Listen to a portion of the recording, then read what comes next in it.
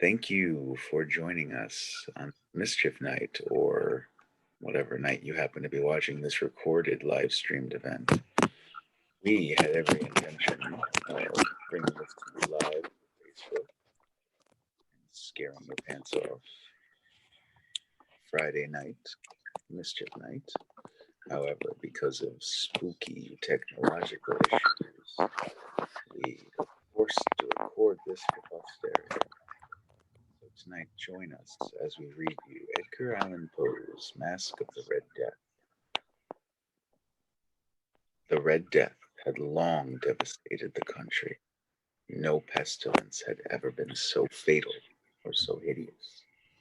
Blood was its avatar and its steel, the redness and the horror of blood.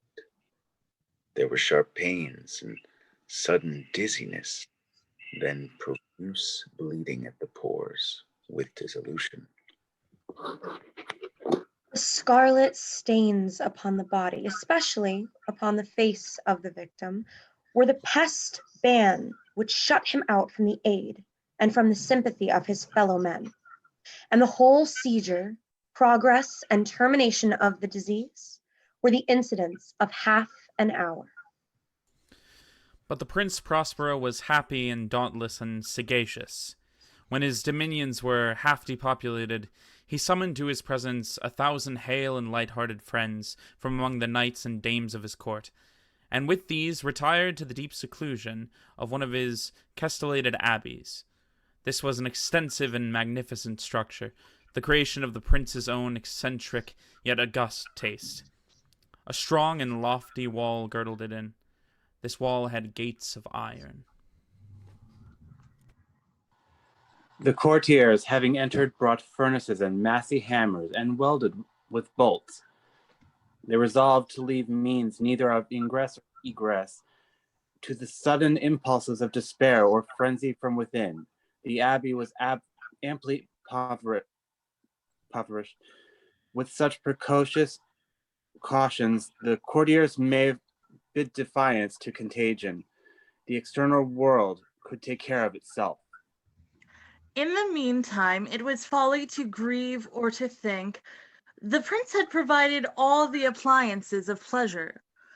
There were buffoons, there were improvisatory, there were ballet dancers, there were musicians. There was beauty, there was wine. All these and security were within. Without was the Red Death. It was towards the close of the 5th or 6th month of his seclusion, and while the pestilence raged most furiously abroad, the Prince Prospero entertained his 1,000 friends at a masked ball of the most unusual magnificence. It was a voluptuous scene, that masquerade. But first let me tell of the rooms in which it was held. These were 7, an imperial suite. In many palaces, however, such suites form a long and straight vista, while the folding doors slide back nearly to the wall on the other hand, so that the view of the whole extent is scarcely impeded. Here, the case was very different, as might have been expected from the Duke's love of the bizarre. The apartments were so irregularly disposed that the vision embraced but little more than one at a time. There was a sharp turn at every 20 or 30 yards, and each turn a novel effect. To the right and left, in the middle of each wall, a tall and narrow Gothic window looked out upon a closed corridor which pursued the windings of the suite. These windows were of stained glass, whose color varied in accordance with the prevailing hue of the decorations of the chamber into which it opened. That at the eastern extremity was hung, for example, in blue, and vividly blue were its windows. The second chamber was purple in its ornaments and tapestries, and here the panes were purple. The third was green throughout, and so were the casements. The fourth was furnished and lightened with orange, the fifth with white, and the sixth with violet. The seventh apartment was closely shrouded in black velvet tapestries that hung all over the ceiling and down the walls, falling in heavy folds upon a carpet of the same material and hue. But in this chamber only, the color of the windows failed to correspond the decorations. The panes here were scarlet, a deep blood color. Now, in no one of the 7 apartments was there any lamp or candelabrum amid a profusion of golden ornaments that lay scattered to and fro and depended from the roof. There was no light in any kind emanating from the lamps or the candles within the suite of the chambers. But in the corridor that followed the suite, there stood opposite to each window a heavy tripod bearing the brazen of fire that projected rays through the tinted glass so glaringly illuminated the room. And thus were produced a multitude of gaudy and fantastic appearances. But in the western or black chamber, the effect of the firelight that streamed upon the dark hangings through the blood-tinted panes was ghastly and extreme, and produced so wild a look upon the countenances of those who entered, that there were a few of the company bold enough to set foot within its precincts at all. It was in this apartment also that there stood against the western wall a gigantic clock of ebony. Its pendulum swung to and fro with a dull, heavy, monotonous clank. And when the minute hands made the circuit of the face and the hour was to be stricken, there came from the brazen lungs of the clock a sound which was clear and loud and deep and exceedingly musical, but of so peculiar a note and emphasis that, at each lapse of an hour, the musicians of the orchestra were constrained to pause momentarily in their performance to hearken to the sound.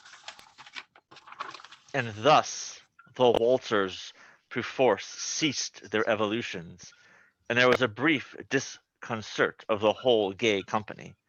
And while the chimes of the clock yet rang, it was observed that the giddiest grew pale, and the more aged and sedate passed their hands over their brows as if in confused reverie or meditation.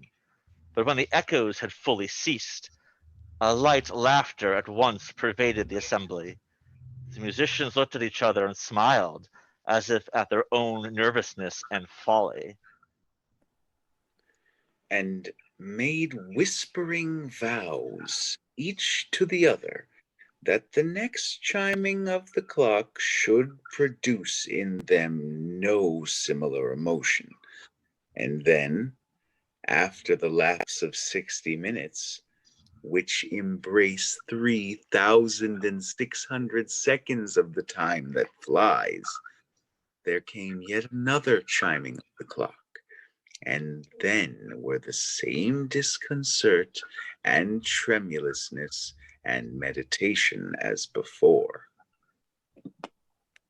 But in spite of these things, it was a gay and magnificent revel.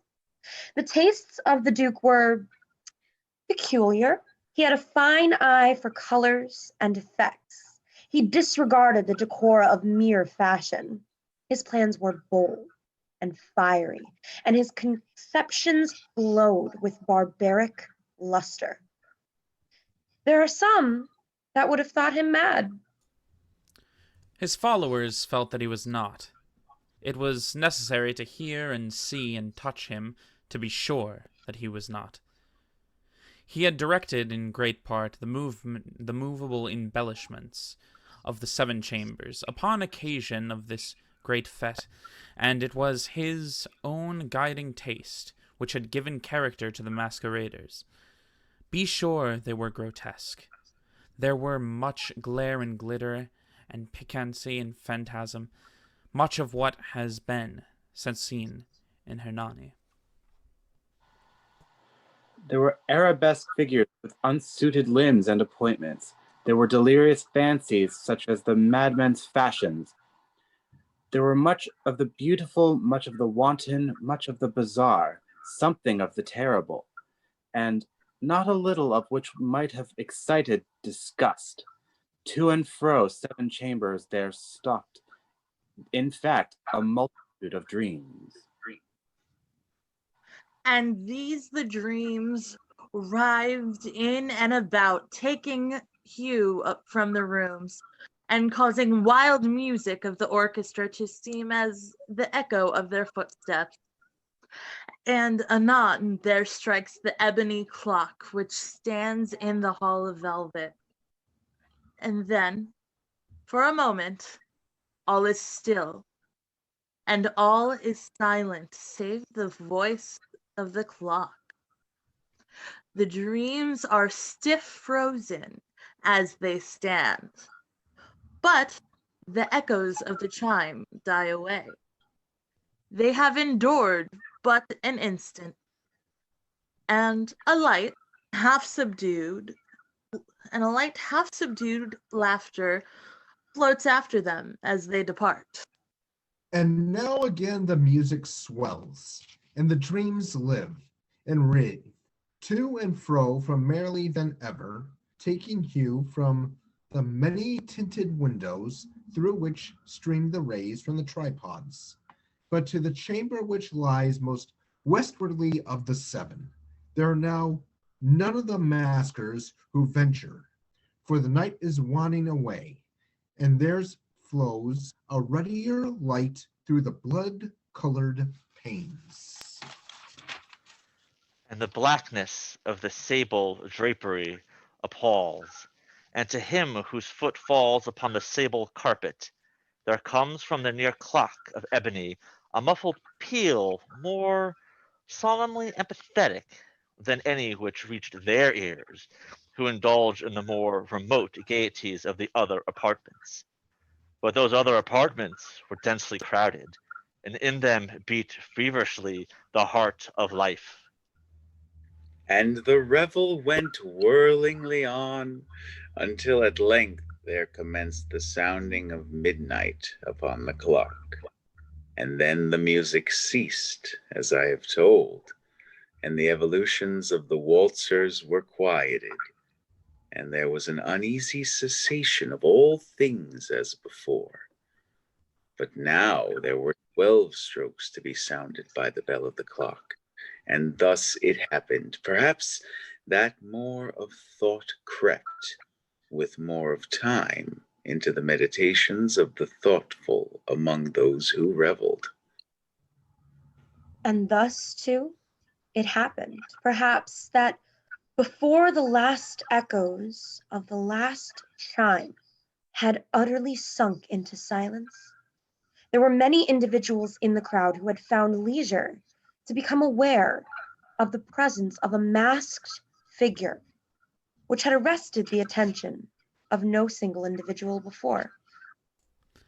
And the rumor of this new presence, having spread itself whisperingly around, there arose at length from the whole company a buzz or murmur, expressive of disapprobation and surprise, then finally of terror, of horror, and of disgust. In an assembly of phantasms such as I have painted, it may well be supposed that no ordinary appearance could have excited such sensation.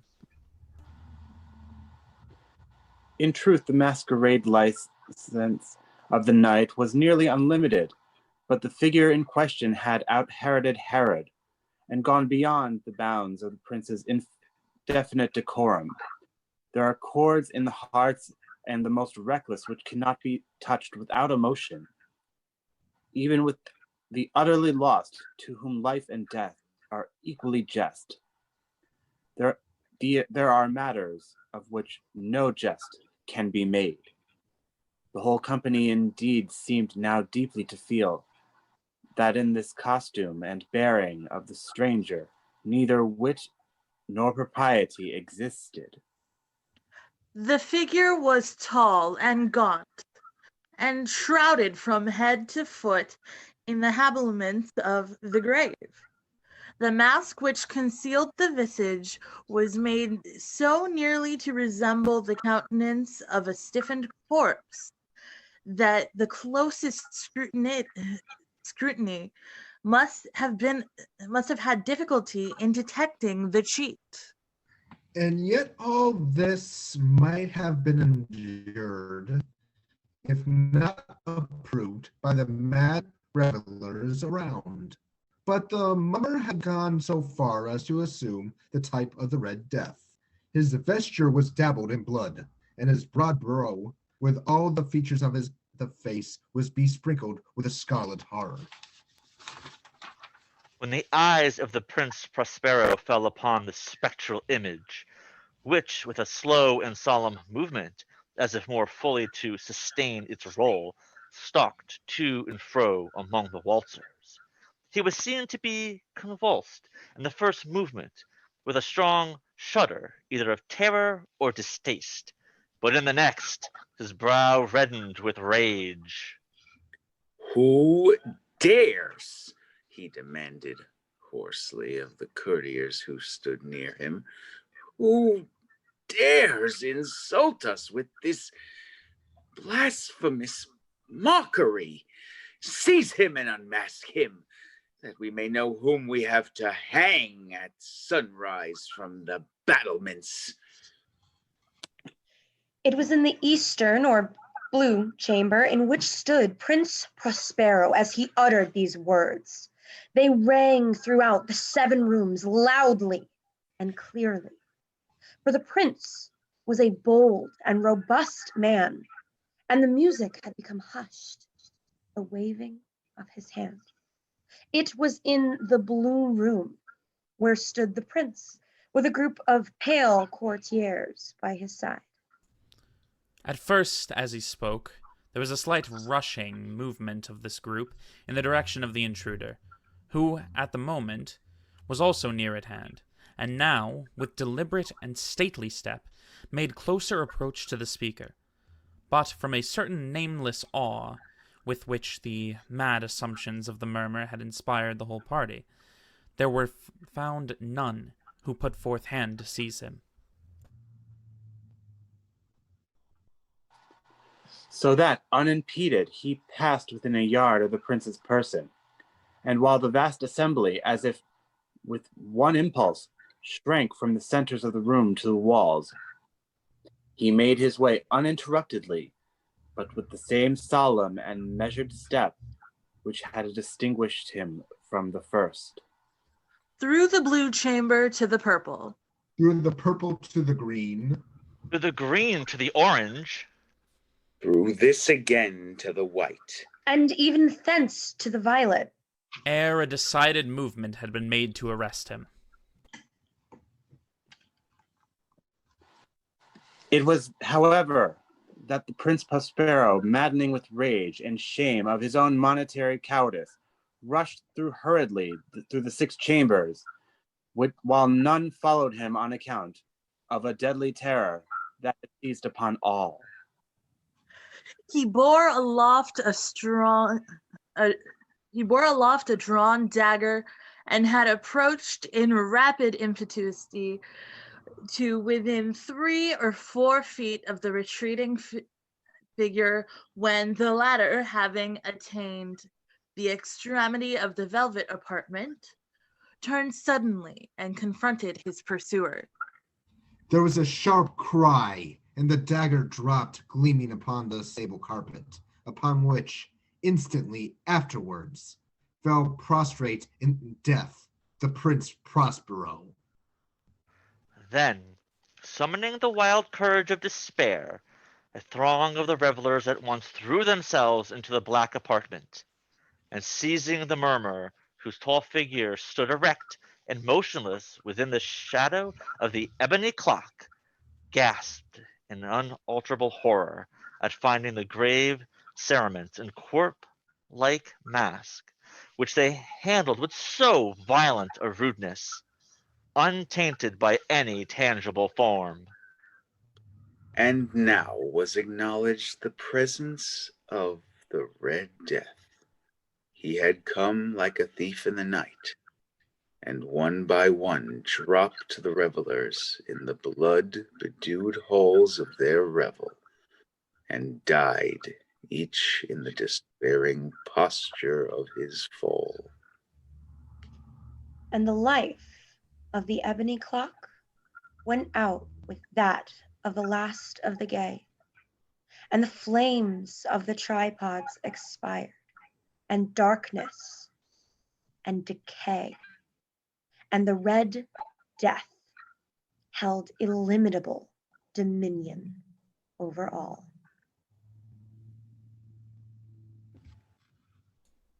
Thank you very much for joining us from Connecticut Compass Theater Company. To all of you, happy Halloween, and may all your nights be as spooky as this.